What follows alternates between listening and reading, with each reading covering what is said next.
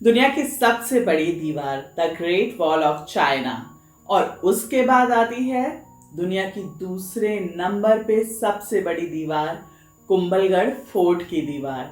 तो आज मैं आपको लेकर चलती हूँ कुंभलगढ़ फोर्ट।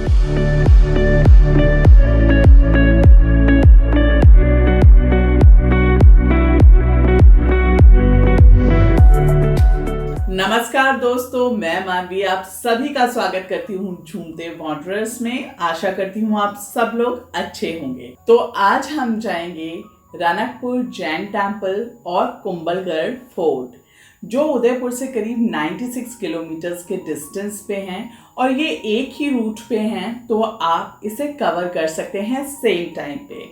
यहाँ जाने के लिए 2 से ढाई घंटे लगते हैं आपको, अगर आप अपने व्हीकल से जा रहे हैं, और अगर आप पब्लिक ट्रांसपोर्टेशन ले रहे हैं तो उसके लिए समय ज़्यादा लगेगा। तो चलते हैं कुंभलगढ़ फोर्ट और रनकपुर टेम्पल।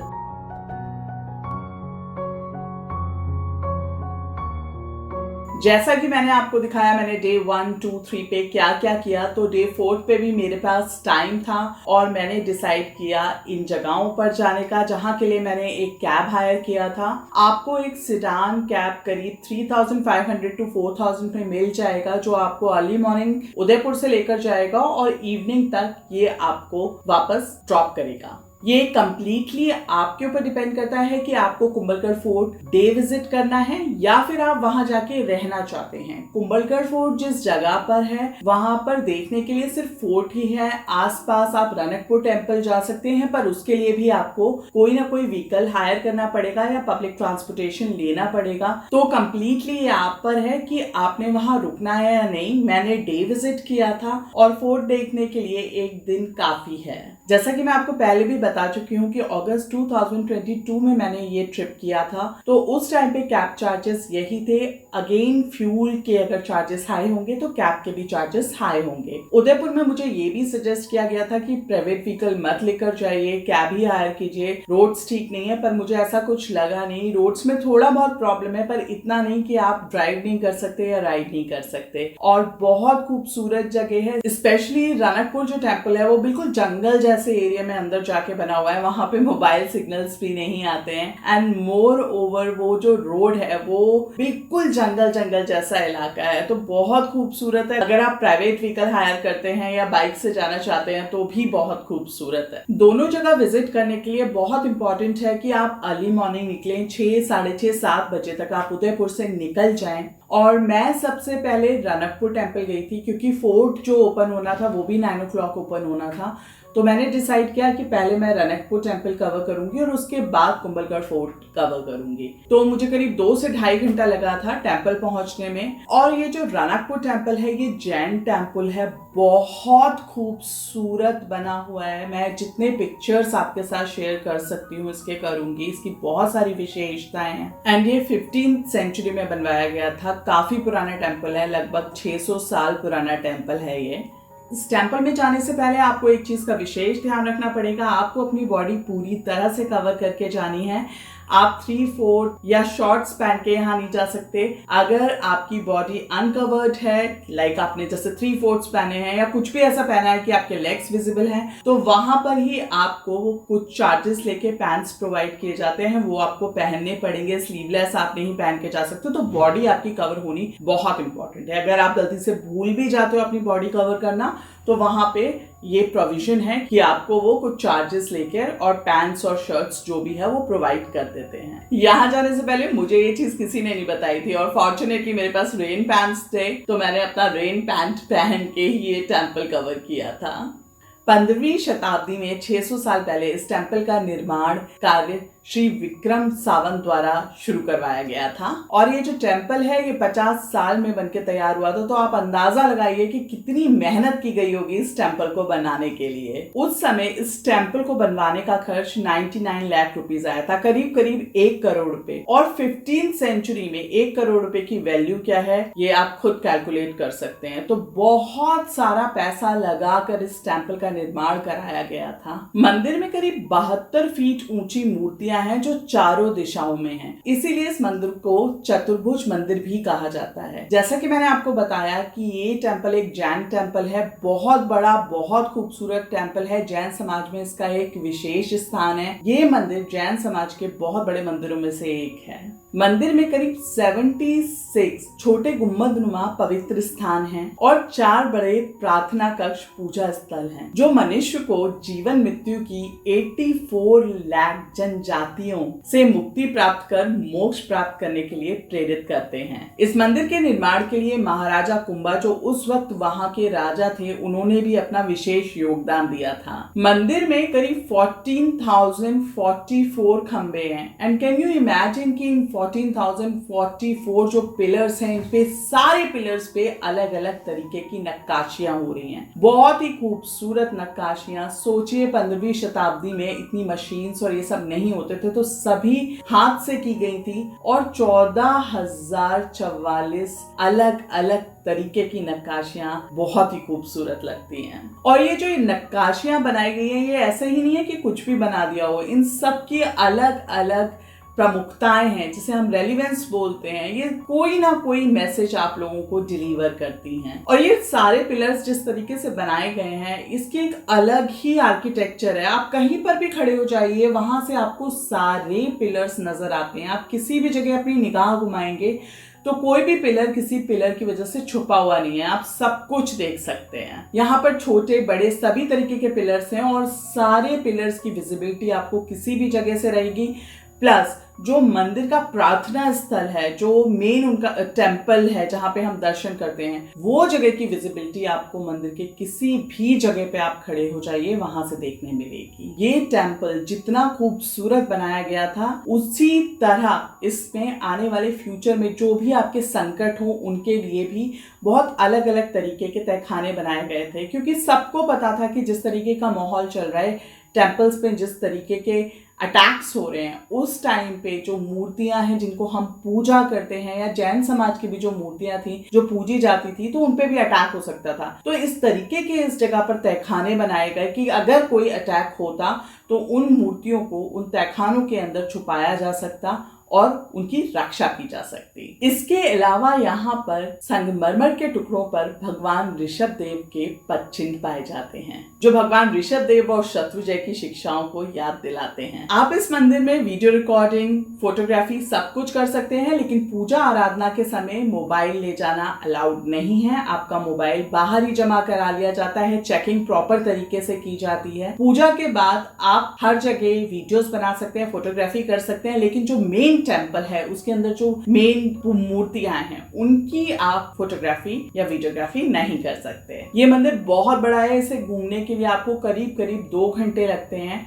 जो मेन टेम्पल है उसमें आपको पुजारी ही गाइड का काम करते हैं। आप उनको कुछ अमाउंट देना चाहें तो दे सकते हैं। वो आपको प्रॉपर वहां पर दिखाएंगे क्या क्या चीजें हैं, उनके क्या क्या रेलिवेंस हैं। जो छत है उस पे भी बहुत अलग अलग तरीके की नक्काशियां हो रखी हैं। कुछ ऐसी नक्काशियां हैं कि आप उसे किसी भी डायरेक्शन से देखें, चाहे ईस्ट वेस्ट नॉर्थ साउथ, वो सेम नजर आती हैं बिल्कुल। अगर जैसे कुछ राउंड बना हुआ है, मैं आपके साथ फोटोग्राफ्स शेयर कर रही हूँ, ये आप देख सकते हैं कि जैसे कुछ भी राउंड बना हुआ है, तो आप इसे किसी भी डायरेक्शन में देखेंगे, ये आपको वहां से वैसे ही नजर आएगा। और इनकी जो रेलिवेंस है वो आपको पंडित जी वहां पर प्रॉपर बता देते हैं और वही गाइड के रूप में आपके सामने होते हैं। जब आप मेन टेम्पल घूम लें, उसके बाद आप बाहर जाके और भी यहाँ पे छोटे छोटे टेम्पल्स हैं वो देख सकते हैं। बाहर से भी व्यू बहुत खूबसूरत है। उसके अलावा आप यहाँ पे जो छोटे टेम्पल्स हैं वहां पे भी फोटोग्राफी कर सकते हैं। तो ऑल इन ऑल करीब करीब 2 घंटे आपको ये पूरा टेम्पल इन एंड आउट घूमने में लग जाता है। जंगल के बीचों बीच ये टेम्पल बना हुआ है। मोबाइल नेटवर्क का इशू है यहाँ पर। और जब आप आउटर में आते हैं, मंदिर जाते हैं या मंदिर से आते हैं, तो वो एरिया बहुत खूबसूरत है, फुल ऑफ ग्रीनरी। और मॉनसून में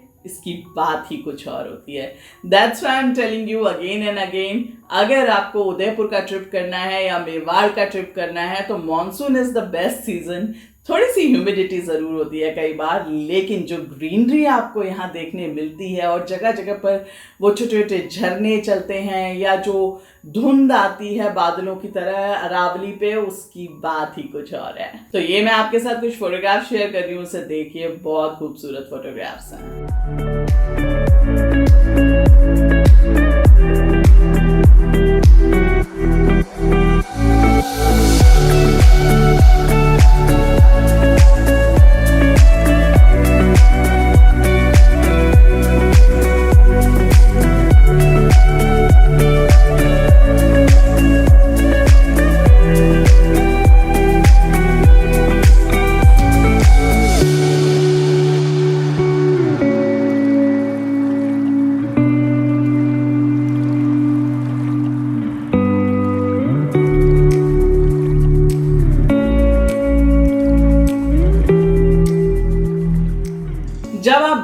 फोटोग्राफी कर लें, टेंपल विजिट कर लें, तो फिर हम निकलते हैं कुंभलगढ़ फोर्ट के लिए। और यहाँ से कुंभलगढ़ फोर्ट जाने के लिए आपको ऑलमोस्ट 1.25 से 1 घंटा लग जाता है। आगे बढ़ने से सभी लोगों से रिक्वेस्ट करती हूँ, अगर आपने मेरे चैनल को अभी तक सब्सक्राइब नहीं किया तो सब्सक्राइब कीजिए, लाइक कीजिए, बेल आइकन प्रेस करना बिल्कुल न भूलिए और अपने दोस्तों के साथ इसे शेयर कीजिए। तो चलते हैं आगे कुंभलगढ़ फोर्ट की तरफ। कुंभलगढ़ जो जगह है वहाँ पे रहने के लिए व्यवस्थाएं हैं, अच्छे होटल्स हैं। अगर आप वहाँ जाके रुकना चाहें तो आप आराम से रुक सकते हैं। बसेस वगैरह जाती हैं, वहाँ पर बस स्टॉप है, लेकिन अंदर आपको घूमने के लिए कुछ ज्यादा सुविधाएं नहीं मिलेंगी। ऑटो, रिक्शा, ये सब कुछ नहीं मिलता है आपको। तो आपको बस स्टैंड तक, फोर्ट तक या फिर अपने होटल्स तक जाने आने के लिए थोड़ा सा स्ट्रगल करना पड़ेगा। अगर मिल जाए कभी ऑटो तो दैट्स गुड, लेकिन हमेशा आपके पास संसाधन नहीं होते। फोर्ट के जो टाइमिंग्स हैं 9 AM to 5 PM है। बहुत ही खूबसूरत, बहुत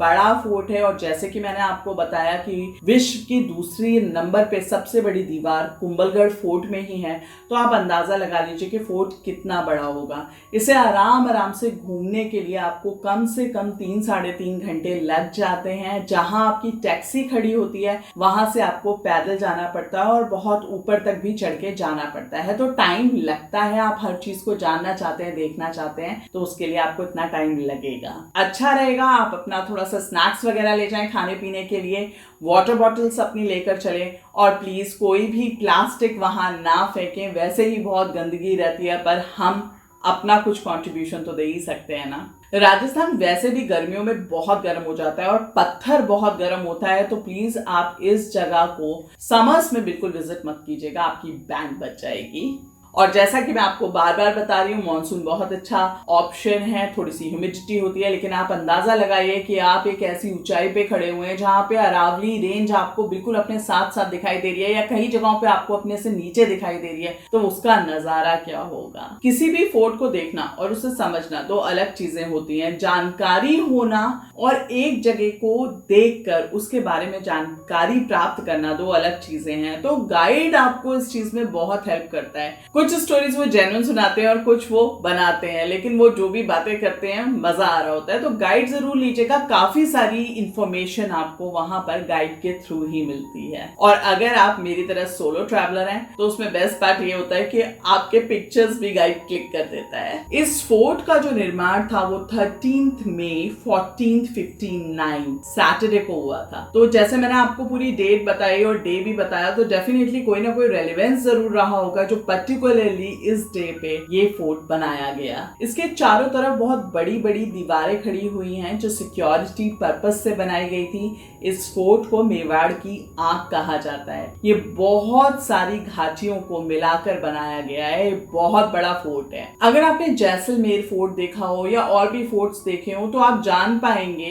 कि फोर्ट्स एक्चुअली किस तरह बनाए जाते थे उस टाइम पे। आज आप फोर्ट के आसपास भी बहुत सारी रिहायशें देखते हैं। आप कभी चित्तौड़गढ़ फोर्ट देखिएगा, मैं उसका वीडियो भी आपके साथ जल्दी शेयर करूंगी। फोर्ट बनाने का मतलब सिर्फ ये नहीं था कि वहां पे राजा ने रहना है। राजा के लिए एक अलग पोर्शन जरूर बना हुआ है, लेकिन fort is just like a colony. वहां पे आपके जो जितने भी लोग काम करते थे या आपकी प्रजा के जो लोग होते थे, उन सभी को उस फोर्ट के अंदर रखा जाता था। और फोर्ट के बाहर जो है वो जंगल जुंगल वाला एरिया है, रिहायश नहीं होती थी। तो fort is like a colony जिसमें बहुत सारे लोग रहा करते थे। हर तबके के लोगों के लिए वहां पर जगह होती थी और राजा के लिए स्पेशली अलग अलग महल हुआ करते थे। तो इस तरीके का ही फोर्ट कुंभलगढ़ फोर्ट है, जिसके बाहर उस वक्त सिर्फ जंगल ही जंगल था, कोई रिहायश नहीं थी। आज भी रिहायश बहुत ज्यादा नहीं है in comparison of other places. इस फोर्ट के ऊंचे स्थानों पर महल, रिहायश का एरिया, मंदिर, जो आफसाई एरिया बोलते हैं जिसमें लोग रहा करते थे, वो बनवाया गया। और जो लैंड वाला एरिया था, जमीन वाला एरिया, उस पे फार्मिंग की जाती थी। अगेन फोर्ट के चारों तरफ दीवारें हैं और जो फोर्ट के निचले हिस्से की जमीन है वो फार्मिंग के लिए यूज की जा रही है। और जैसे जैसे आप ऊपर चलते जा रहे हैं वैसे वैसे रिहायश शुरू होती जा रही है। एंड टॉप पर राजा का महल है। कुंभलगढ़ फोर्ट जो है वो मेवाड़ और मारवाड़ के बीच में बसा हुआ है। लेकिन जो उदयपुर वाला एरिया है particularly, that area is called Mewar, और जो जोधपुर और ये सारा एरिया है दैट इज मारवाड़। तो ये बिल्कुल सेंटर में है। इस तरफ जैसे मेवाड़ बसा हुआ है, इस तरफ मारवाड़ बसा हुआ है, तो बॉर्डर पे है ये उन दोनों के। इस फोर्ट के शीर्ष भाग में बादल महल है और सबसे ऊंचे भाग में कुंभा महल, जहां महाराजा कुंभा रहा करते थे, वो है। यूं तो इस फोर्ट के बनने के बाद ही इस पे आक्रमण होने शुरू हो गए थे। जैसे ही फोर्ट बन के तैयार हुआ उसके बाद दुश्मनों ने इस पे आक्रमण करने शुरू कर दिए, लेकिन इस किले पर एक बार के अलावा कभी अजय प्राप्त नहीं की गई। इस किले में जो मंदिर है वहां शिवलिंग की पूजा महाराणा कुंभा किया करते थे, और ऐसा कहा जाता है कि ये शिवलिंग बहुत ऊंचे हैं और महाराणा कुंभा बैठे बैठे ही इस पे जल, दूध आदि चढ़ा दिया करते थे। वो इसीलिए क्योंकि महाराणा कुंभा के जो हाथ थे वो घुटनों तक आते थे, तो उनके हाथ बहुत लंबे थे और वो बैठे बैठे ही शिवलिंग पर जल, दूध, फूल आदि चढ़ाया करते थे। महाराणा कुंभा ने अपने जीवन में कोई भी लड़ाई इस किले में नहीं हारी। ये वही किला है जहां राणा सांगा और कुंवर पृथ्वीराज का बचपन बीता। इसी किले में 9 मई 1540 को महाराणा प्रताप का जन्म हुआ था। हल्दी घाटी के युद्ध के बाद कई वर्षों तक महाराणा प्रताप इसी किले में रहे। तो ये थी कुंभलगढ़ फोर्ट की एक छोटी सी स्टोरी जो मैं आपको सुना पाई। बहुत कुछ है इतिहास में जानने के लिए और बहुत कुछ मिटा दिया गया है जिसे हम कभी नहीं जान पाएंगे, पर इस बात को हम कभी डिनाई नहीं कर सकते कि ये भूमि महाराणा प्रताप, राणा सांगा, महाराणा कुंभा जैसे वीर योद्धाओं की रही है। तो दोस्तों, आप कुंभलगढ़ फोर्ट विजिट जरूर कीजिए। चाइना को मुझे पता नहीं कि हम जा सकते हैं, नहीं जा सकते, या हमें जाना चाहिए भी या नहीं, पर अपने भारत में बहुत कुछ ऐसा है एक्सप्लोर करने के लिए जो हमें करना चाहिए, जिसके इतिहास के बारे में हमें जानना चाहिए, और कुंभलगढ़ फोर्ट उन्हीं जगहों में से एक जगह है।